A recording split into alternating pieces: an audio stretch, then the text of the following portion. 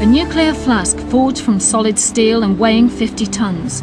280 of these arrive at the Sellafield reprocessing plant every year. And how do they know they're safe? Well, much of the £500,000 cost of each one is spent in testing.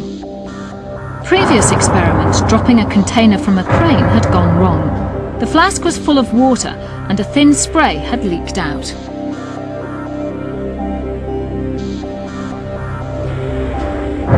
After further tests and changes, and to prove that they worked, a few months later, a driverless locomotive with 3 coaches was sent at 100 miles an hour into a flask laid across a test track in Leicestershire.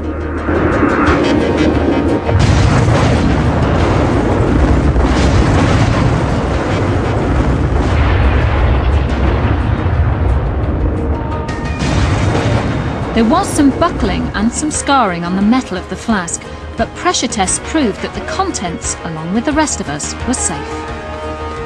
Similar tests go on around the world. A different train in Albuquerque, New Mexico, and a different flask on a stalled lorry. The train hurtles towards the lorry.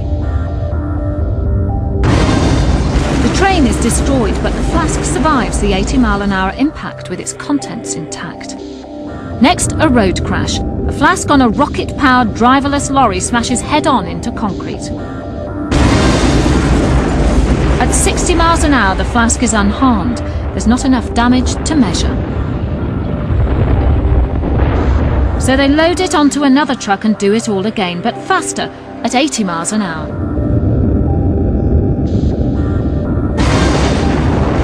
They're going to need another truck, and at first the flask does look as if it's damaged. But it's just a bit of lorry debris, so they put it on a train powered by a rocket sled. Although everything's collapsed around it, the flask itself is fine.